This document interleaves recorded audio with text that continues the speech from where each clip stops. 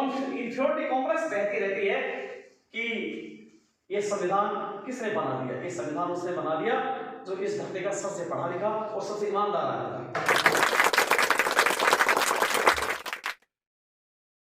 मानवता के मसीहा आधुनिक भारत के निर्माता मैं नमन करता हूँ। और भाई सुरेंद्र जी को यदि वो कह रहे थे कि मुझे श्रेय न दिए जाए, लेकिन विशल ब्लोअर पहल करने वाला समाज में कोई आदमी चाहिए। बहुत दिन से हम ये बात कर रहे थे कि चाहे 5 आदमी आए एक ठोस पहल करें, बैठ के बात करें और एक ऐसा संकल्प लेकर के चले कि जो एक बुनियादी परिवर्तन की ओर चले, लोगों के दिल दिमाग में बात डाल सकें। और इन्होंने आज एक समोच्ची रखी। ये गोष्ठी नहीं है बल्कि संगोष्ठी है। गोष्ठी कभी फिर रखेंगे जो एक गोलदायरे में बैठते हैं, इस संगोष्ठी की आएंगे और सारे के सारे अपने विचार रखेंगे। सुरेंद्र जी, जब हमने कहा कि सिर्फ 5 आदमी हैं, लेकिन आज मैं अभिभूत हूं कि कम से कम इतने थिंक टैंक जो आए वो सारे के सारे ऐसे बोले कि मैं तो वक्ता की बजाय एक अच्छा श्रोता बनकर कह गया। और सच बताऊं तो मुझे बहुत कुछ मिला। आप लोग जो भी बोले उसे बहुत कुछ मिला, बहुत कुछ एनर्जी मिली और बहुत आशावान हूं। बड़ी प्रबल संभावनाएं मुझे दिखाई पड़ रही है कि कुछ कर पाएंगे। आज की जो संगोष्ठी का विषय है कि संविधान और मनुस्मृति।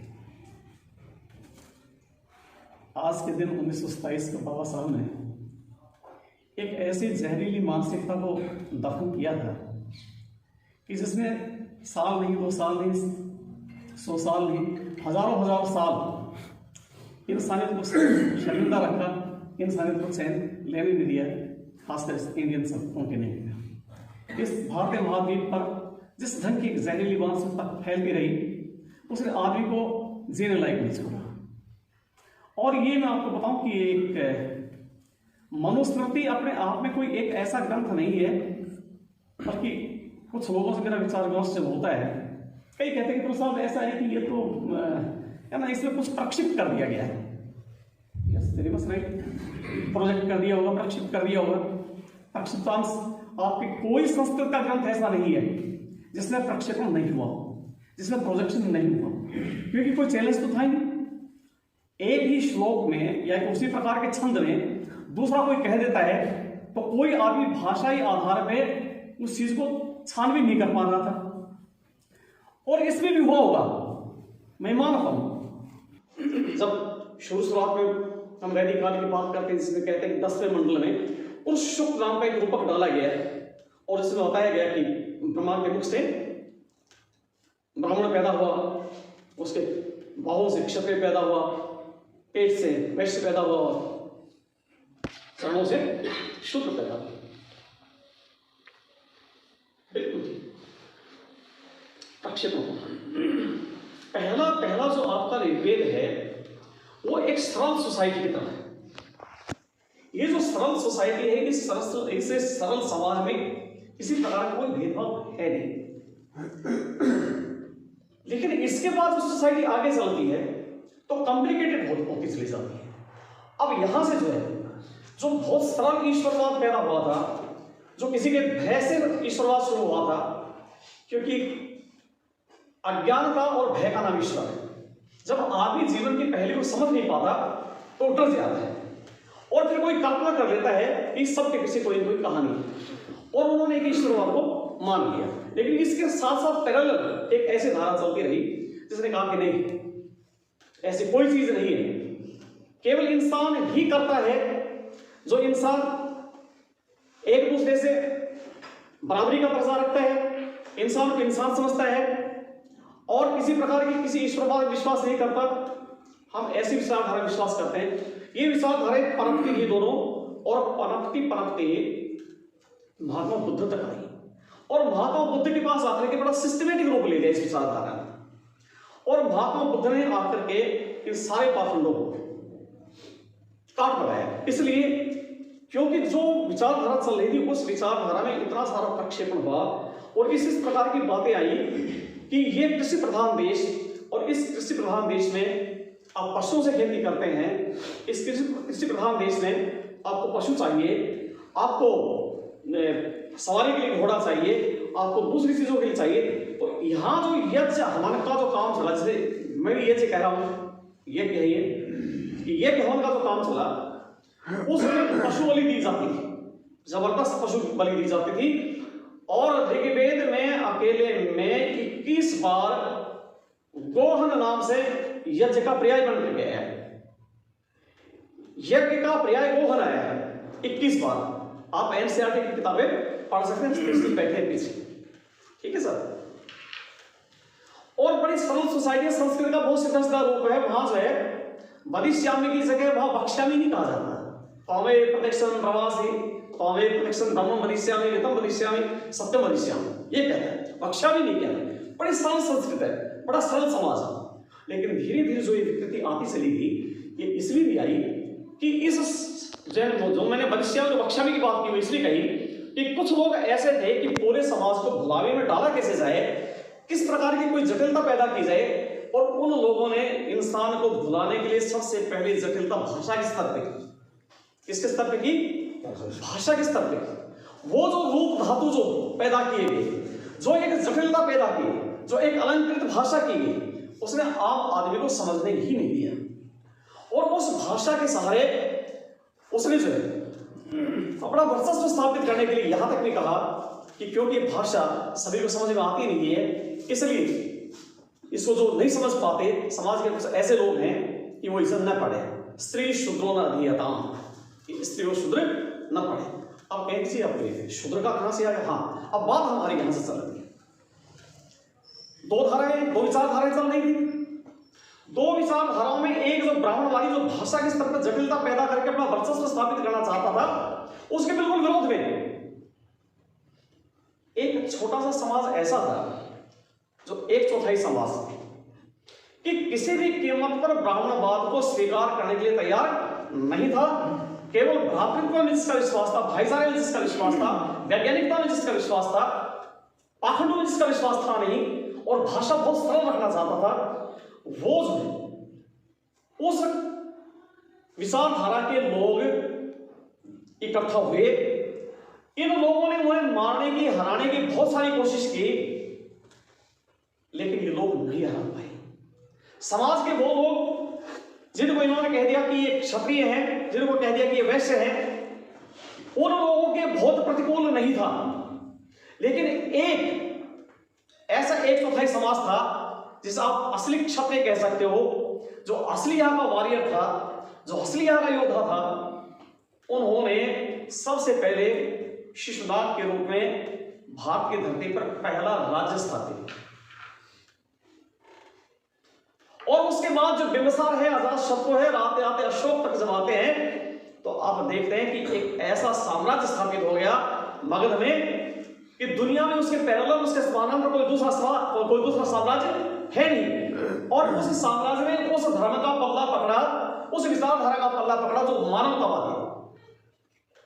जगह जिसने कुएं खुदवाई, धर्मशालाएं बनवाई, सड़कें निकाली, सड़कों के किनारे पर छायादार वृक्ष लगाए, बड़ी सराय लगाई, शिलालेखों पर, स्तंभों पर आदेश जारी की इंसानियत के पक्ष में। और हालांकि ये हुआ कि एक जो विचारधारा थी जो इसके विपक्ष में थी, वो दांत पीसती रही कि कब मौका मिले कि हम इनके वर्चस्व को खत्म करें। और क्योंकि हर वाद का प्रतिवाद खड़ा हो जाता है, समाज बहक जाता है, बहकाने वाले होने चाहिए। कल भी थे और आज भी थे, लोग बहकते रहे, और धीरे धीरे एक ऐसा पोलराइजेशन होता चला गया इस विचारधारा के खिलाफ। क्योंकि आदमी का मन बड़ा भीरू एक साइकोलॉजी है, मैंने पहले कहा कि अज्ञान और भय ये देवता पैदा करता है, आम आदमी को तो समझ में नहीं आता। तो इस प्रकार का पोलराइजेशन होता चला रहा, और एक जो विचारधारा, जो ब्राह्मणवादी विचारधारा थी, उन ब्राह्मणों ने आखिर में अशोक के पोते इनको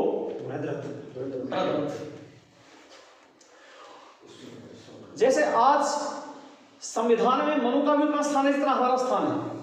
ठीक है, वैसे बौद्ध में किसी प्रकार का यद्यपि चाहे वो प्रतिद्वंदी हो लेकिन उससे भी भेद नहीं करते थे, और ब्राह्मण को उसने सेनापति बना लिया, लेकिन वो मनोविज्ञान इतना जहरीला था कि उन्होंने सेना के समक्ष भरतरथ की हत्या कर दी।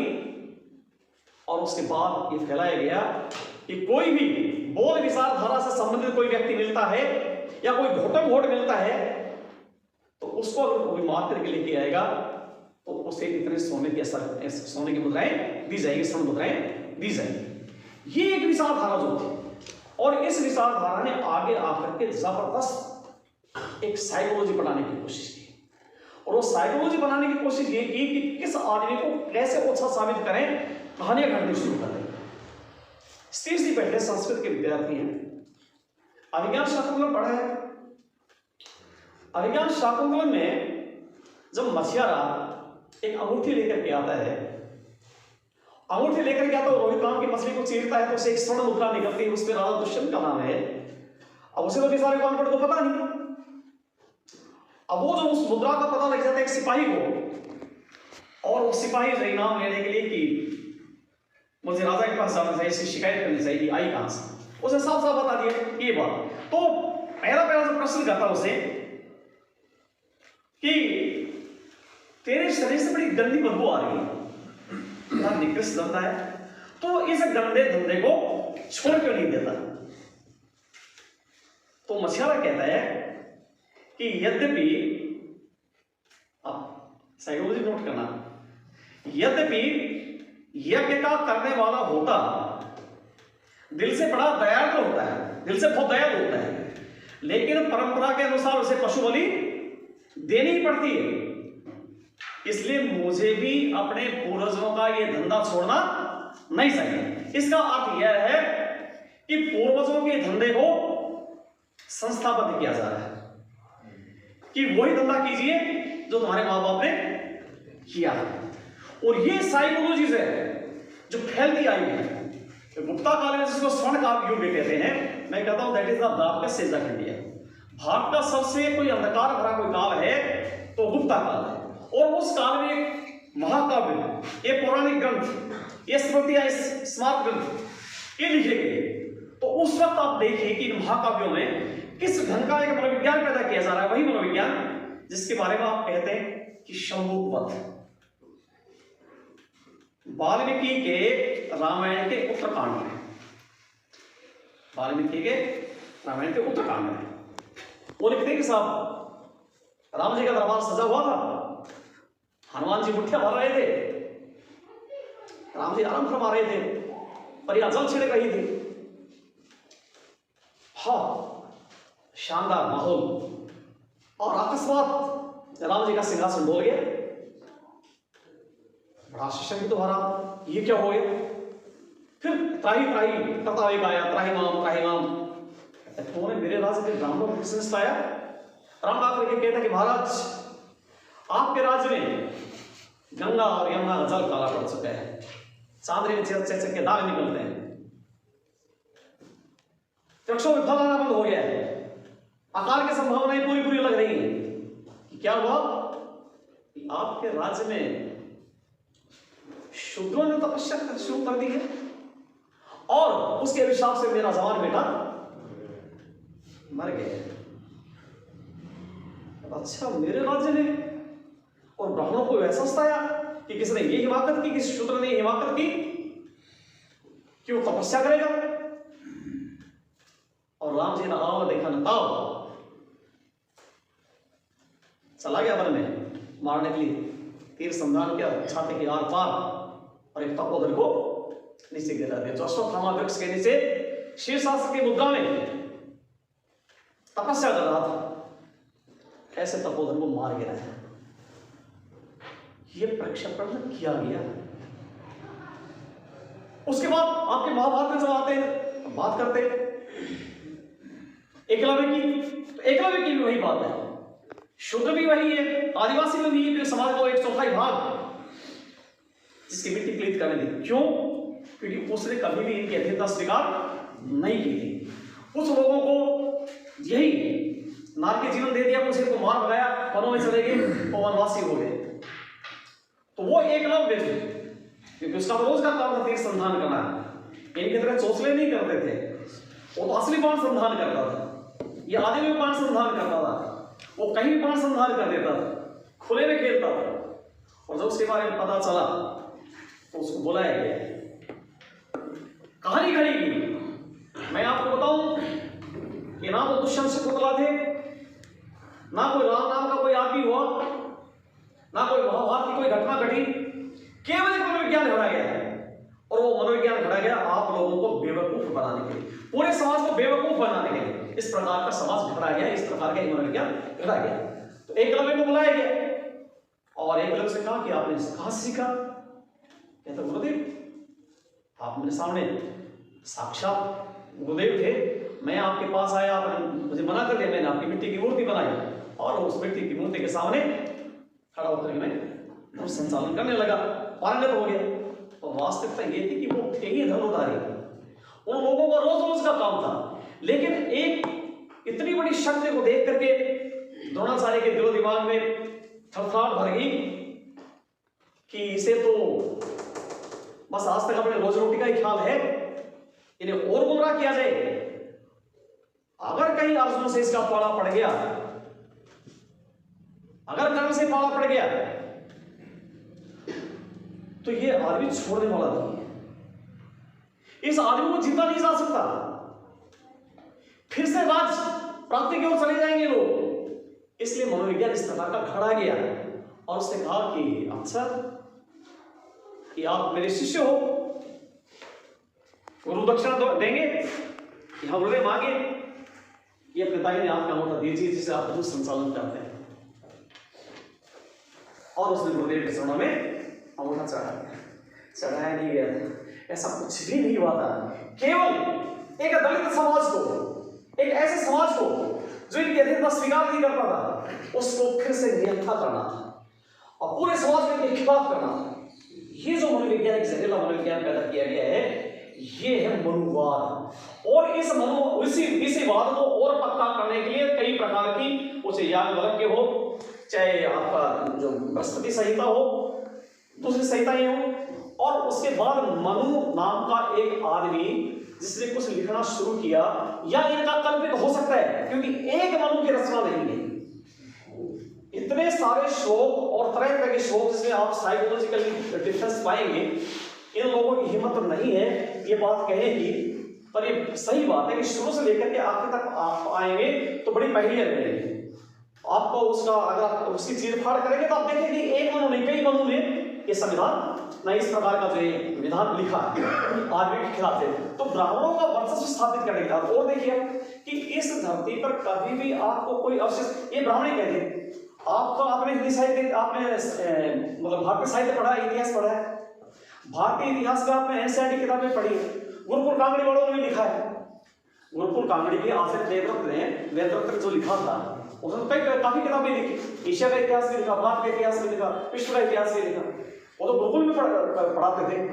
किसी ने भी आज तक अगर ये साबित किया हो कि परशुराम नाम का कोई प्राणी पैदा हुआ, लेकिन कर दिया, कहता 21 बार धरती को छत्रियों से खाली कर दिया, हुआ कुछ नहीं, लेकिन एक मनोविज्ञान ऐसा पैदा कर दिया गया कि आप सारी उम्र उसके बोझ बनते थे और आज भी उसके बोझ मर रहे हैं। और ये एक मनोविज्ञान है जो आज भी प्रिवेल करता है, इंसान को इंसान से ओछा साबित करने का ये मनोविज्ञान कि ऐसे कटघरे में बांट करके खड़ा कर दिया कि जिनसे गर्ज थी, ब्राह्मण ने उसके साथ समझौता किया। बहुत ही अवसरवादी है, क्षत्रिय के साथ समझौता किया, उसके साथ मनोविज्ञान करने की कोशिश की कि 21 बार धरती को क्षत्रियों से खाली कर दिया। लेकिन भारत के इतिहास में आप मुझे एक ही बार बता दीजिए कि बाहर से आया हुआ कोई भी योद्धा फिर से परास्त हो, इनके घर में आकर के मार के गया है। और जब भी जितने भी बार आए, जितने योद्धा आए, वो सारे के सारे योद्धा इनके बात पढ़ करके कहने लगे कि हमें साबित कीजिए कि हम इस धरती के देवता है, साबित कीजिए कि हमारे डिवाइनिटी है, साबित कीजिए कि हम ब्रह्मा के और ईश्वर के अवतार हैं, और इनको करना पड़ा। किसी को सूर्यवंशी और किसी को अग्निवंशी। जितने भी आए, सीथिन आए, पार्थन आए, आर्यन आए, यमन आए, हूण आए, शक आए, गुजर आए, प्रत्याहार आए, सारे के सारे यही बसे, इनके बाप परदादा के बसे। इसलिए उन सारों को इन्होंने क्षत्रियत्व प्रदान किया। कहीं गुजरात बसी, कहीं प्रतिहार बसे, हर जगह। तो वो उनके साथ इनका समझौता रहा कि साइकोलॉजिकल ये लोग माने, क्योंकि जो बाहर से आने वाले जब यहाँ मारामारी की तो इनको छक्के छोड़ गए। और एक ही सोचा कि इनसे केवल समझौता ही किया जा सकता, कोई दूसरा रास्ता नहीं है। और तरह को किसी को सूर्यवंशी और किसी को अग्निवंशी, किसी को चंद्रवंशी ने क्या कि किसी को वायुवंशी साबित होना शुरू कर दे, क्योंकि इनकी उनसे गरज थी कि बाहर वाले इस बात को मानते, नहीं तो वो इसी समाज में बस गए और इन्होंने बसाया उस समाज में, इन्होंने बसाया और कहा कि आप क्षत्रिय ही है, आप फलावंशी हैं, खड़ेवंशी। ठीक है साहब, उनसे अब जो बढ़िया था, बढ़िया बड़ा चालाक है, क्योंकि उसको अपना व्यापार करना था, तो वो शांति चाहता था। तो पहले उन्होंने उन धर्मों को चुना जो शांति में विश्वास करते थे, अहिंसा विश्वास करते थे। बौद्ध, जैन और चार्वाक मतों को इन्होंने स्वीकार किया। लेकिन धीरे धीरे क्योंकि क्षत्रिय उसके साथ मिल चुका था और वैश्य को अपना व्यापार फैलाना था, आप लोगों की तरफदारी नहीं कर सकता। जो एक चौथाई समाज की विचारधारा को जिसने पकड़ा था वो अब नहीं पकड़ सकता था। और इसने धीरे धीरे उनके साथ एक समझौता शुरू कर दिया। 3 वर्ग एक तरफ इकट्ठा हो गए और रह करके फिर भी वही बहादुर वर्ग जो आज आप बैठे हुए ब्राह्मणत्व को कभी स्वीकार नहीं किया और एक विचारधारा को आज तक उन्होंने स्वीकार नहीं किया। इस प्रकार का जो मनोविज्ञान लोगों ने पैदा किया। तो ये जो मनु है, मनु नाम का कोई एक प्राणी नहीं, एक जहरीला मनोविज्ञान है जो अलग अलग आदमियों ने अलग अलग टाइम से आप लोगों को पहेलियां बुझा करके उलझाने की कोशिश की। ये आपका मनोवाद है और इन्होंने तरह से आपको उलझाने की कोशिश की। अभी सतीश जी ने बताया, ओदरानी जी ने बताया, राजपाल जी ने पहले बताया था, उदय ने बताया, सारों ने अलग अलग जो है बताया। और ये एक मनोविज्ञान पूरे समाज के दिमाग पर ताला कैसे मारा जाए, पूरे समाज के दिमाग को ताला कैसे मारा जाए। तो पूरे समाज को भाषा स्तर पर ठगा गया, बहुत जटिल भाषा बना करके, और उन लोगों ने अलग अलग संहिताएं घड़ी, हर एक के अलग अलग नियम उपनियम बनाए कि जो क्षत्रिय है वो केवल संग्राम तक है, वो संग्राम करेगा, वो युद्ध करेगा, युद्ध ही उसका धर्म है। जो वैश्य है वो केवल व्यापार करेगा, वो विश्व जो है सेटलमेंट जिसको कहते हैं बस्ती, उसकी व्यवस्था करेगा। और जो शूद्र है वो सारे समाज की सेवा करेगा। अब क्योंकि क्षत्रिय को कब्जा लिया था, अब जब क्षत्रिय को कब्जा लिया था तो क्षत्रिय के हाथ में तलवार थी, धनुष था, शक्ति थी। उसने बाध्य कर दिया पूरे समाज को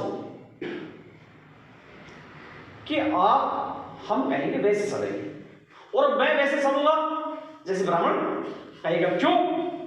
क्योंकि मैं बाहर से आया था, मैं मारामारी करता आया था, चाहते तो मुझे उखाड़ दे देते, लेकिन आपका सरदार बनाने में, आपका सरताज बनाने में इन लोगों ने कहानियां गढ़ करके मुझे सूर्यवंशी, अग्निवंशी, चंद्रवंशी बनाया। उन लोगों ने कहा कि अब पूरे समाज को वैसे चलना पड़ेगा जैसे मैं कहूंगा और मैं वैसे चलूंगा जैसे ब्राह्मण कहेंगे। ये एक मनोविज्ञान से घड़ा गया।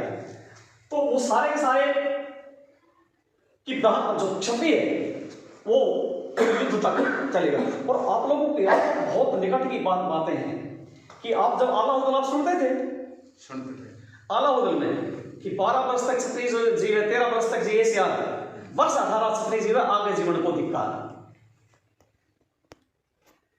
कि 12 वर्ष तक कुत्ता जीवे, 13 वर्ष में जिए सियार, वर्ष 18 क्षत्रिय जीवे, आगे जीवन को धिक्कार। 18 साल का होते जरूर कि महाराज उसकी लड़की बहुत सुंदर है, महाराज वो आपके राज से ईर्ष्या करता है, महाराज आप राजाधिराज भाव विक्रम पराक्रमी हो, आपके राज्य को कौन, आपके सिवा के पास कौन आ सकता है। 18 साल का होते युद्ध में झोंक दिया और जब वो समझदार हुआ तब तक तो या तो युद्ध में वहीं के वहीं रह गया और बहुत बुरा एक मनोविज्ञान तैयार कर दिया गया। तो बंधु, इस प्रकार का जो मनोविज्ञान तैयार किया है, ये एक संहिता नहीं, बहुत सारी संहिताएं हैं। एक संहिता नहीं, बहुत सारी संहिताएं हैं। और जो भी इनके खिलाफ बोला, बोलने की कोशिश की, जो पढ़ा लिखा अगर बोलने की कोशिश की, क्योंकि धरती निर्विजीव होती नहीं है, कोई ना कोई विद्वान जो होता है वो व्यवस्था के खिलाफ बोलता है, और जिसने बोलने की कोशिश की उसको इन लोगों ने जारस ठहरा दिया। क्या ठहराया? जारस। ये अपने माँ बाप की औलाद नहीं है, ये बेवर्ण है, विवर्ण है। सबसे पहले ऐतरेय उपनिषद, ऐतरेय उपनिषद ने विद्रोह खड़ा कर दिया इनके खिलाफ। उस आदमी का नाम ही इन्होंने मिटा दिया जिस उपनिषद को, जो वेदों के खिलाफ, उपनिषद की विचारधारा वेद के खिलाफ आई है। कीप इन माइंड, जिसको आज ये कहते हैं, क्या कहते हैं इसको? वेदांग कहते हैं। It was not Vedang, it was parallel rivalry thinking. बिल्कुल। तो उसको ऐतरेय ठहरा दिया। ऐतरेय का मतलब यह हुआ कि इतरा का मतलब अदर देन वाइफ। ये अपनी वाइफ, इसकी वाइफ का नहीं, इसकी जो ये गैलर है, सिर्फ ये कि एक इतने बड़े थिंकर को क्या ठहरा दिया इन्होंने? गैलर ठहरा दिया। कोई भी इनके खिलाफ बोलने की कोशिश करता, उस आदमी को इन्होंने बदनाम करने की कोशिश नहीं की। आप देखते हैं संत युग में गुरु रविदास को क्या ठहराने की कोशिश की कि पहले जन्म में क्या था, ये ब्राह्मण था। कबीरदास को क्या ठहराने की कोशिश की इन्होंने? विधवा ब्राह्मण का बेटा कि लहर तारा ताराओं के ऊपर मिला था साहब है, और किसी की अवैध संतान जो वो लोकलाज के वैसे इसको छोड़ करके चले गए। ये मनोविज्ञान जो इन लोगों ने किया, किसी भी विद्वान को इन लोगों ने छोड़ा नहीं, और किसी भी विद्वान की किसी भी किताब में प्रक्षेपण किए बगैर इन लोगों ने छोड़ा नहीं। कितना ही वो तार्किक हो, उसकी पूरी की पूरी विचार की मरोड़ को ऐसा मरोड़ दिया कि उसका असली रूप इन लोगों ने छोड़ा नहीं। ये पूरे संस्कृत साहित्य हुआ, बड़ा भारी प्रक्षेपण हुआ, और ये खासकर भगवत की मृत्यु के बाद, और ये चला है आपके गुप्ता काल तक, जबरदस्त प्रक्षेपण चला है। अलग अलग ग्रंथों में जब आप आ जाएंगे तो पहले आपको समझ में आएंगी। तो इन्होंने कि क्षत्रिय को ये कह दिया, क्षत्रिय को लगा दिया काम में, वैसे अपने काम में लगा रहा। तीसरे को साफ साफ कह दिया कि स्त्री शूद्रो नाधीयताम, स्त्री शूद्रो, स्त्री और शूद्र न पढ़े। ये था जो एक बड़ी रोक लगाई। तीनों को तो ऐसे ऐसे काम में लगा दिया, दो को तो ऐसे काम में लगा दिया, खुद ने सारा सब कुछ मुट्ठी में ले लिया। चौथा वर्ग जो था कि अगर ये पढ़ेगा तो पढ़ने पर रोक क्यों लगाई जाती है? पढ़ने पर रोक जब लगाई जाती है जब किसी को पोल खुलने का भय कि ये पढ़ेगा तो इसे पता लग जाएगा, असलियत का पता लग जाएगा, ये विद्रोह करेगा और पढ़े लिखे के लोग बात सुनेंगे। इसलिए पढ़ने पर प्रतिबंध लगा दिया और इस प्रकार की भाषा पैदा की जो आम आदमी को समझ में आती नहीं है। आज भी देख लीजिए कि लड़का पीएचडी है, लड़की पीएचडी है, लेकिन एक अनपढ़ आदमी क्या कह रहा है, ना उसे खुद कहने वाला को पता, ना पूरी बारात को पता, ना घरेती को पता, ना मांडेती को पता। क्या कह रहा है? कुछ नहीं, पता ही नहीं वो क्या कह रहा है। इतनी वो बकवास करता है कि आम आदमी को उसका पता नहीं चल पाता है। तो इसलिए ये जो जहरीला मनोविज्ञान है, ये मनुस्मृति एक जहरीला मनोविज्ञान है और पूरे विश्व में इस प्रकार का कहीं भी मनोविज्ञान नहीं मिला। किसी को दास बनाया गया होगा, उसके बाद उसको छोड़ दिया, लेकिन ऐसा मनोविज्ञान कहीं पैदा नहीं किया है कि इंसान को छूने से भी पाप लगता हो। ये मनुस्मृति थी जिसने इंसान की मिट्टी खराब करने में कोई कसर नहीं छोड़ी। और 25 दिसंबर 1927 को भारत का अधिक पूरे विश्व का पढ़ा लिखा विद्वान, जो न केवल एक समाजशास्त्री, अर्थशास्त्री, दर्शन शास्त्री, धर्मशास्त्री, बड़ा विद्वान है, जिसने हर एक चीज को एनालाइज किया और डंके की चोट पर जब अपनी बात कहता था तो दुनिया में कोई ऐसा स्कॉलर नहीं था जो उसके सामने आकर के कोई बहस कर सके, और बहस करे तो 5 मिनट में जो है धराशायी हो जाता था। डरते थे लोग, बहुत डरते थे, इसलिए सरेआम मनुस्मृति को जलाने की कोशिश सुसाइड ने की, जिसको सब कुछ पता था, जिसने सब कुछ पढ़ा था। इन्होंने संस्कृत पढ़ने नहीं दिया, लेकिन अंग्रेजी के माध्यम से संस्कृत के सारे ग्रंथों को पढ़ा था। इसलिए तर्क के साथ कोई तो नहीं है उसका बहस करने के लिए। लोग गए गांधी के पास, गांधी जी मनुस्मृति को जला दिया। सरदार पटेल बीच में बोल उठे, यूं बोला, क्या कह रहे हो, कोर्ट में जाएंगे? तुम कोर्ट में मत चले जाना, अगर कोर्ट में चले गए तो ये गीता रामायण महाभारत सारी ठोकने पड़ेंगे। क्यों?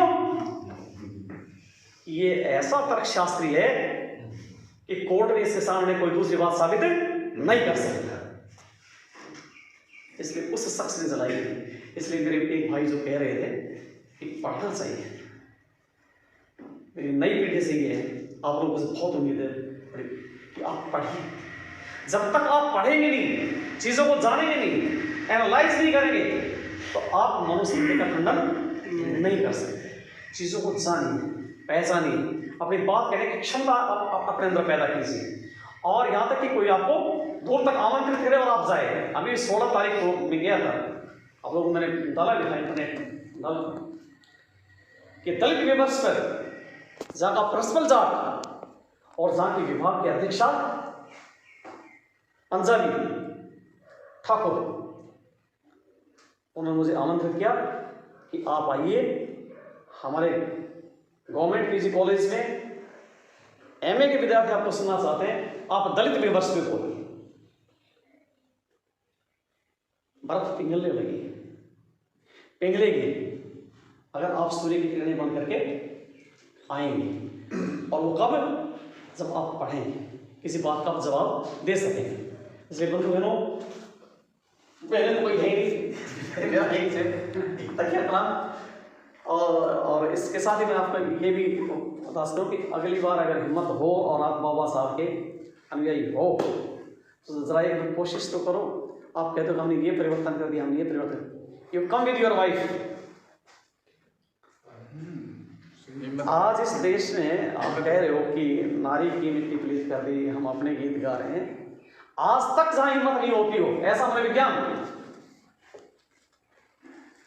कि हम अपनी वाइफ को यहां लाने की हिम्मत नहीं कर सकते, तो आप किस परिवर्तन की बात कर रहे हैं?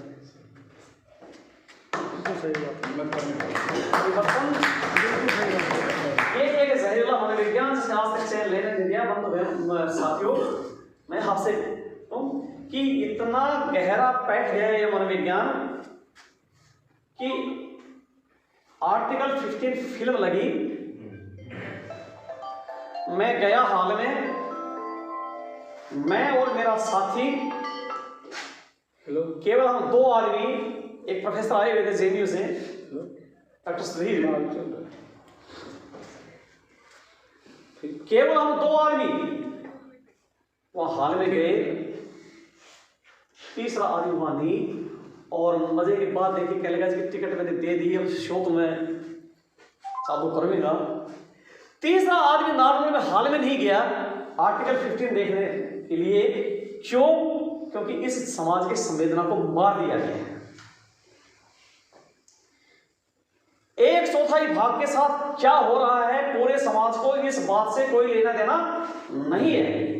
जब इतना जहरीला मनोविज्ञान की इंसान मिट्टी प्लीत कर रहा हो, जहां माँ और बहनों की इज्जत के साथ खिलवाड़ होता हो, और इस प्रकार का कोई डिपिक्शन आता हो, और उसको देखने के लिए भी अगर समाज आंदोलित नहीं होता, झंझट नहीं होता, जहाँ अपने आप को एमए और पीएचडी कहने वाले समाज में पढ़े लिखे होने वाले कहलाते हैं, वो पढ़े लिखे लोग भी वहां जाकर के अगर उस पिक्चर को देखने की हिम्मत नहीं कर पाते हैं, तो इस समाज से बड़ा सोया हुआ और इस समाज से इंसान के प्रति गद्दारी करने वाला और अशिक्षित समाज क्या हो सकता है आप अंदाजा लगा सकते। कैसे पढ़े लिखे, केवल और केवल साक्षर हैं, उन लोगों में किसी प्रकार का कोई ज्ञान नहीं है। एमए तक मैं देखता हूं, क्योंकि मैंने पढ़ा है, 8 पेपर पास करते हैं, और 8 पेपर पास करने के बाद भारत में कुछ इस ढंग का सिलेबस और इस ढंग का एक मनोविज्ञान पैदा कर दिया गया है कि 8 पेपर के सिवाय एक भी नई लाइन अगर कोई पढ़ता हो उस विषय से संबंधित, तो आप मुझे आकर के बता दीजिए। मैंने तो अपने जीवन में देखा है, जितने मैंने हायर एजुकेशन में पढ़ाया, मैंने विद्यार्थियों को, अपने प्रोफेसर साथियों को देखा कि जो उन्होंने पढ़ लिया, एमए तक पढ़ लिया, उसके बाद एक नई किताब नहीं पढ़ी। इसके वाला मुझे बता दीजिए कि लेटेस्ट रिसर्च क्या आ रही है। मुझे कोई भी बता दीजिए जिसने इस चीज किया। पॉलिटिकल साइंस में बता दीजिए, सोशियोलॉजी में बता दीजिए मुझे, कम से कम सोशल साइंस में तो मेरा बहुत बड़ा अधिकार है। आप सोशियोलॉजी मेरे साथ बात कीजिए, पॉलिटिकल साइंस में आप बात कीजिए। जहां का प्रोफेसर, इकोनॉमिक्स का प्रोफेसर भारत की अर्थव्यवस्था किस तरफ जा रही है उस पर 5 मिनट नहीं बोल सकता या 5 लाइन नहीं बोल सकता। किस प्रकार की पढ़ाइयां शुरू की गई, इस प्रकार के सिलेबस डिजाइन किए गए कि मनोवाद से हटकर के नहीं, क्योंकि अगर पढ़ा लिखा यहाँ का आदमी हो जाएगा तो फिर इन लोगों का वर्चस्व चलेगा नहीं। आज भी भाई ब्राह्मणवाद और पूंजीवाद इस देश पर कायम है, और ये ब्राह्मणवाद और पूंजीवाद का जो गठजोड़ है, आवारा पूंजी जो आज इकट्ठी होकर के ब्राह्मणवाद के साथ, मनोवाद के साथ मिलकर आप लोगों के ऊपर जो जुल्म उठा रही है, बंधुओं भैरव, केवल इसलिए कि आपको पढ़ने नहीं दिया गया। इस प्रकार के सिलेबस डिजाइन किए गए यहाँ कि आप पे तार्किकता पैदा नहीं, आप पे लॉजिक पैदा नहीं, आप में पढ़ने की क्षमता पैदा नहीं की। आपको केवल डीएमसी के लिए पढ़ाया गया कि आप ये तो पढ़ लीजिए, ये 8 पेपर पास कर लीजिए और इसके बाद आपको डीएमसी मिल जाएगी और इस आधार पे आपको कोई नौकरी मिल जाएगी। आपको असल रूप में शिक्षित करने का कभी भी कोई भी सिलेबस किसी यूनिवर्सिटी ने डिजाइन नहीं किया। और यही कारण है कि आज पूरे विश्व में शिक्षा की स्थिति भारत की बहुत अच्छे देशों में नहीं। ये मनोविज्ञान एक अकेला, मतलब केवल एक मनुस्मृति नहीं, एक पूरा का पूरा एक मनोविज्ञान तैयार किया गया है जो एक मनुस्मृति में नहीं, वही याज्ञवल्क्य स्मृति में है, वो बृहस्पति संहिता में है, दूसरी जगह में हर जगह यही मनोविज्ञान कायम रहा। तो आज इस बहाने में इकट्ठा हुए, बाबा साहब ने 1927 में आज ही के दिन एक ऐसे जहरीले मनोविज्ञान को दफन किया और 26 नवंबर 1949 को एक थोड़ा दस्तावेज के साथ मनोवाद को सदा के लिए दफन कर दिया गया कि राज के स्तर पर तो कम से कम ये नहीं चलेंगे। और दुनिया का सबसे श्रेष्ठ, आज तक का दुनिया में सबसे श्रेष्ठ अगर कोई रोड मैप है राजनीति का, पॉलिटिकल साइंस का, इतना सुंदर रोड मैप आज तक कभी दिया नहीं किया है। आप देख लीजिए, पूरे विश्व के संविधानों को उठा करके देख लीजिए, इस प्रकार का खुलासा, इस प्रकार का मानवतावादी और इस प्रकार का तार्किक संविधान जो इंसानियत के पक्ष में बोलता हो, ऐसा कोई भी संविधान आज तक दिया नहीं गया है। जिन देशों में छोटे छोटे संविधान की बात करते हैं लोग, फिर वही बुलावा पैदा करते, क्योंकि उन देशों में डेमोक्रेसी खून में बस गई है, वहां बहुत सारी चीजें शास्त्र परंपराओं पर चलती है, इसलिए वहां लिखित संविधान की ऐसी आवश्यकता नहीं थी। लेकिन हम उस मनोवादी बेईमान देश में रहते हैं जब देखने के बाद भी ये चाहते हैं कि इस संविधान को बदला जाना चाहिए। आज भी जिनके दिलो दिमाग में कॉम्प्लेक्स है कि किसी तरह से डॉक्टर अम्बेडकर का नाम संविधान से हट जाए और फिर वही कोई मनोवादी संविधान आकर के यहाँ हम स्थापित कर दे। इन लोगों की इंफीरियरिटी कॉम्प्लेक्स बहती रहती है कि ये संविधान किसने बना दिया। ये संविधान उसने बना दिया जो इस धरती का सबसे पढ़ा लिखा और सबसे ईमानदार आदमी, वो आदमी जिसने 4 संतानें खो दी। अन्ना भाई ने एक औलाद हुई, इतिहास में दर्ज हुई, लोगों ने काव्य लिखे, महाकाव्य लिखे, नाटक लिखे। जोरावर फतेह खो दी गुरु गोविंद सिंह ने, बहुत लोगों ने गीत गाए कि 2-2 लाख कुर्बान कर दिए। आप वो देखिए जिसने 4 अपनी 4 औलाद कुर्बान करके आप करोड़ों इंसानों को आजादी दिलाई। ऐसा कोई हमारा मिलेगा? धरती का कोई दूसरा इतिहास आपको मिलता हो आप मुझे बता दीजिए। इसलिए इस जहरीले मनोविज्ञान को खत्म करने के लिए एक शख्स ने अपने 4 लाल दिए, बच्चों को कुर्बान कर दिया, घर को कुर्बान कर दिया। इसलिए आज हमारा दायित्व यह है कि हम सारे के सारे इकट्ठा होकर के कोई ठोस पहल लेकर के चले। चाहे हम 5 आदमी शुरू करें, लेकिन हम पहल करें वो ठोस पहल।